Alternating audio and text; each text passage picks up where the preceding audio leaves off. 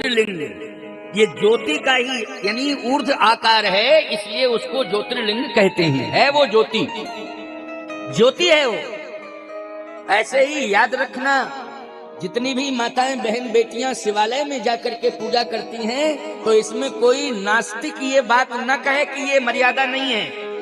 ये ज्योति स्वरूप भगवान की पूजा कर रही हैं माताएं, न कि किसी अंग की पूजा कर रही हैं। ये ज्योति की पूजा कर रही हैं, उसकी ये ज्योति है। शिव का जो स्वरूप है वो ज्योति का है।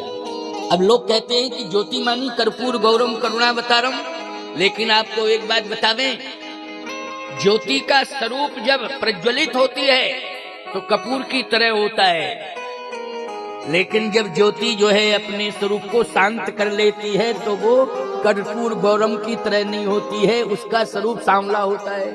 वो लोग कैसा होता है? जिस बत्ती को प्रज्वलित करोगे तो कर्पूर की तरह, कपूर की तरह रंग होगा, लेकिन जब वही ज्योति जो है अपने आप को शांत कर लेती है तो वो लोग किस रूप में हो जाती है? वो सांवली हो जाती है। किस रूप में होती है? सांवली हो जाती है, उसका रंग बदल जाता है।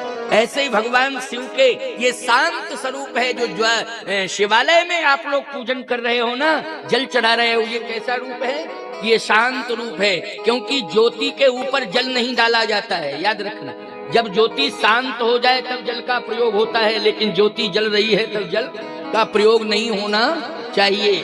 केवल कभी भी जल से नहीं बुझाना चाहिए, केवल जल दिखाया जाता है, जल से उसे बुझाया नहीं जाता है। इसलिए आरती करने के बाद जल से शीतल किया जाता है, लेकिन वो बुझती नहीं है। इसके बाद ही तो लोग लेते हैं आरती। इसलिए शिव जी के व्यक्तित्व पर किसी को टिप्पणी करने का अधिकार नहीं है। शिव का स्वरूप ज्योतिषमय है, ज्योतिर्मय है, ज्योति से ही वो प्रकट हुए हैं, इसलिए उनके माता पिता का नाम कोई नहीं बता सकता है।